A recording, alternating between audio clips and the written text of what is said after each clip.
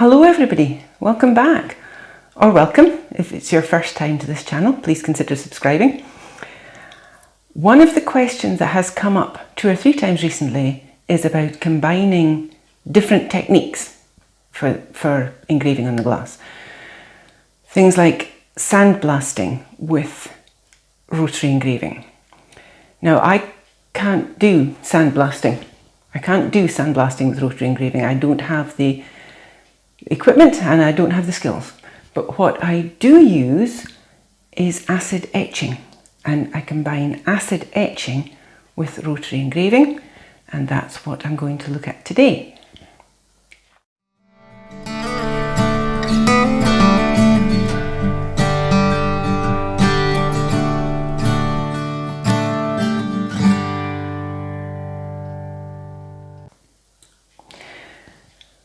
What I'm going to be engraving on today is this type of wine glass.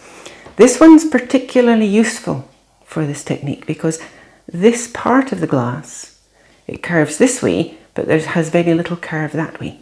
And that makes it a lot easier for fitting the stencil, which we're going to do in just a little minute. But onto this glass, I will be putting a logo. I find that this technique of combining acid etching with the rotary engraving works quite well for things like logos or coats of arms or things that are a bit more cartoony, more graphic. And in this case, I'm going to be putting on a logo. Specifically this logo. That is the logo of our local cabinet maker, who makes just the most astonishingly beautiful pieces of furniture that you can ever imagine. And he's also been a good friend to me and very supportive over the years. So I'm hoping to make these glasses with the company logo on as a small gift for him. I will put a link to his Facebook page and maybe to a couple of his little YouTube videos in the description to this video. Really, if you want to see the most beautiful furniture you can imagine, all bespoke, handmade, wooden furniture, made with locally grown hardwood to the extent that he can tell you which tree the piece of furniture was made out of, it's definitely worth a look. And before you say anything, this is not, he hasn't paid me to say any of this, I'm only saying it because I think it's just beautiful, beautiful. But in any case, this is Graham's logo that I am going to be transferring onto the glass. This video is not going to be about how to create the stencils. I'm lucky enough to own a Cricut vinyl cutting machine, which I can use to make a copy of the logo. If you don't have a machine like that, then you can use the same type of sticky back stencil material and cut things out using a sharp knife, a craft knife. If you are lucky enough to own a machine like this, then you already know how to use it, so me telling you all about it wouldn't be a big help to you. But in any case, I'm using the machine to copy out the logo and cut it out onto this sticky back stencil material. The logo itself is based on an old Pictish carved stone. The original carving would be about 1300 years old, and Graham turned that into this rather lovely logo for his business. When I have the stencil cut out, what I need to do is remove the parts that I don't need, which is always a little bit fiddly. I have to draw some lines on the glass to help me make sure I get the stencil on nice and straight. It's always a bit tricky getting a straight line on the glass, but if you try, you can find a way. And once the glass is all lined up, I can go about transferring the stencil on. You have to use this stuff called transfer tape, which goes over the front of the stencil, and you have to rub it down really very firmly to make sure the transfer tape sticks to it. And I find it's helpful if you actually rub both sides, give them a good press down. The transfer tapes, it means that any little parts get transferred over, you don't lose them. So with that stuck on, I have to remove the backing from the stencil, which can be a little bit fiddly, but it pulls off quite smoothly. And you can see how all the little parts of the stencil stay in place because of the transfer tape. That then gets transferred over onto the glass, and the transfer tape pulls off of the front. And if we've done it right, and if we're lucky, the stencil will stay in place and the transfer tape comes right off. Now, because I'm going to be acid etching this, I need to make sure that the edges of the stencil are really firmly stuck down. I do not want the etching paste to leak underneath the edge of the template. So I go around that quite carefully, making sure it's stuck down, and you can use anything for that. The edge of a credit card or something like that would work. I have to use exactly the same process for the words. They can be quite fiddly to take out, particularly letters like A's and B's and D's that have got little pieces in the middle that have to stay in place. But it's just the same process. Pull off the stencil and then put on the transfer tape and move it all over onto the glass. In this case, what I'll do probably is trim down the lettering. When you're fitting things onto a curve, it helps if they're not too much bigger than they have to be. So I've trimmed that down to quite a thin strip, and I've got a thin strip of transfer tape. Same process, rub it down quite thoroughly on both sides.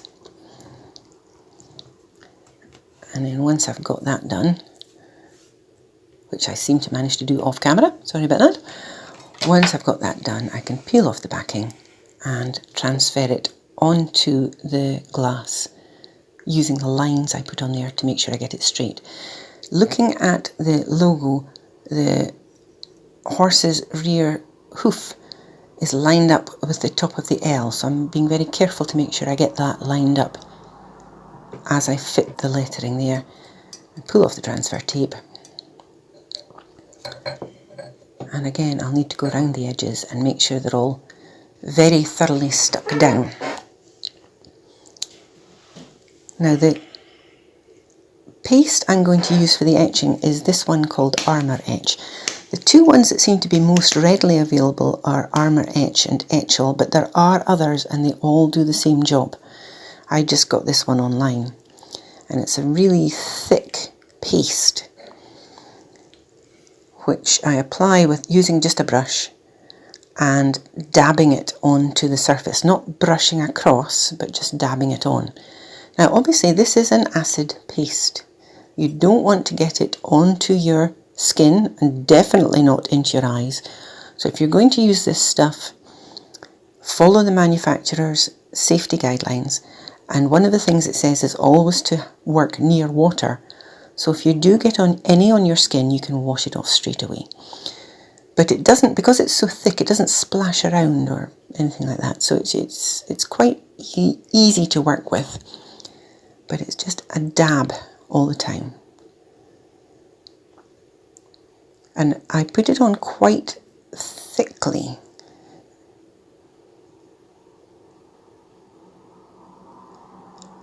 One of the things you want to try and make sure you do is get a nice even edge, and having it nice and thick does seem to help with that. And once I get to the end of this last word, I usually give it a few minutes and then go over it again, dabbing over all of the areas with paste on. And the reason I do that is just to move it round about a little, to make sure I've got right up to the edges, and to make sure again that I get as even an etch as I can possibly get.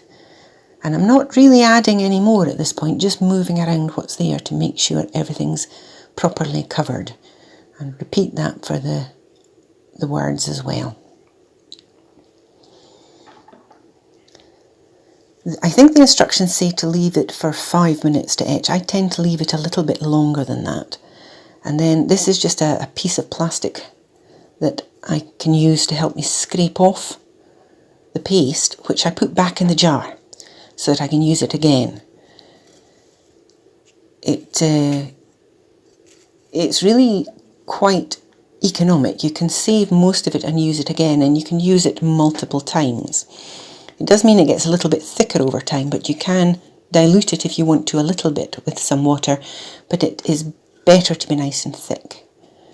And you can see I've managed to scrape off most of it, and all of that is now back in the jar, ready for next time. Once I've got that all off, I have to close up the jar, and then I will go and give this a nice rinse at the sink, and then we'll come back and do the next stage. So once it's rinsed off, I have to obviously remove the stencil. Can be a little bit fiddly. The little weeding tool, the little metal hook thing that I used for cleaning out the stencil in the first place, can be quite useful to help you just get off the last bits, because they do stick quite firmly to the glass, which is a good thing because it helps to stop the paste from leaking underneath the edges of the stencil.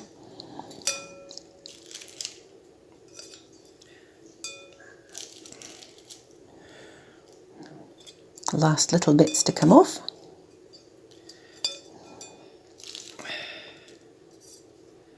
And that is it all just about cleaned out and ready to go.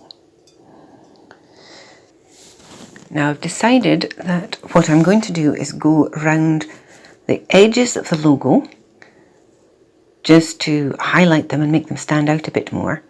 And I will also be engraving in some of the little lines which don't really appear in the etching, like the line along the back of the horse's neck and the little line at the cheek.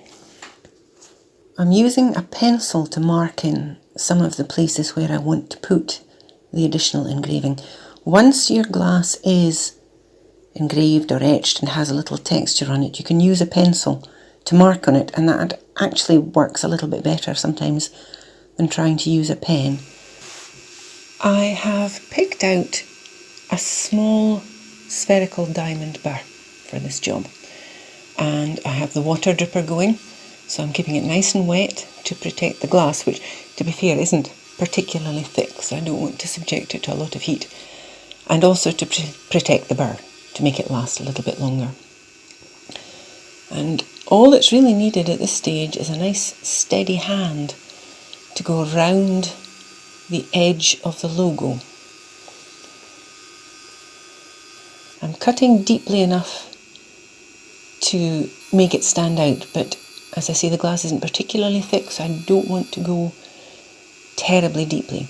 I have not speeded up the engraving for this part of the video, as I quite often would do. So that gives you maybe a better idea of the time it takes to do this engraving.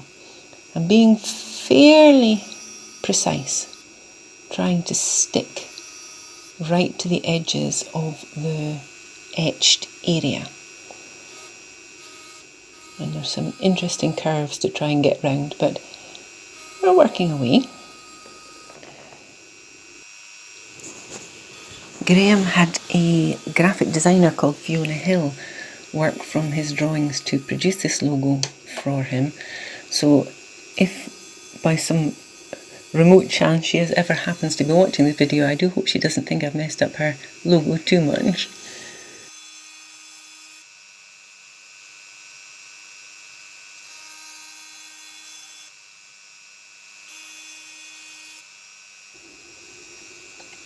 I spend a lot of time moving the glass round about to get the best angle that I can to help me work as smoothly as I possibly can round these little curves, and just to help me be as accurate as I can, sticking to the edges of the engraved piece. Nearly round the whole main part of the outline now and up onto the horse's head.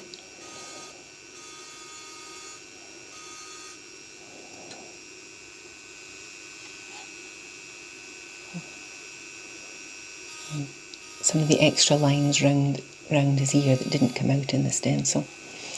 There's also this nice curve and spiral to do underneath the horse's belly.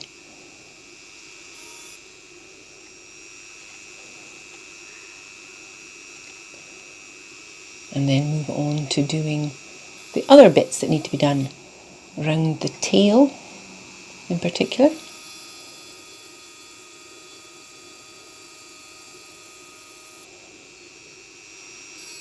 And then on to the two other legs, which are sort of separate from the main part of the body. I am working at a medium speed setting on the Dremel tool that I use for engraving. I rarely ever go to the highest speed settings on the tool. The only time I really use the very highest speed settings is if I'm using a diamond disc to cut the glass. Normally for engraving, I find a medium setting works best. And for things like polishing, quite often a lower setting, particularly if I'm using a cotton polishing burr. But I'd rather go at a lower speed and take a little more time to do the cutting. It's maybe just a personal choice.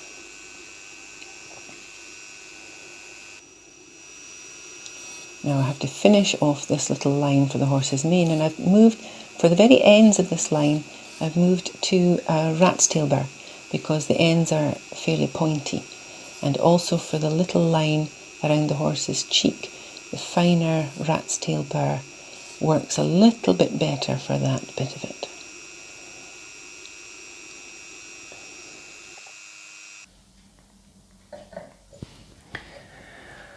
So that's how I go about combining acid etching and rotary engraving, and I think it works really well for this type of graphic design logo. Of course I could have stopped having just done the acid etching and it would have been fine, it would have been perfectly acceptable, but adding the engraving around the figure of the horse really makes it pop, and it makes it just look so much more impressive and interesting. Anyway, I hope you found that interesting. If you've got any questions, add them in the comments. I've got a good few videos that I still have to get made. I've got somebody waiting for a video about texture, about things like the texture of lemon peel and things like that.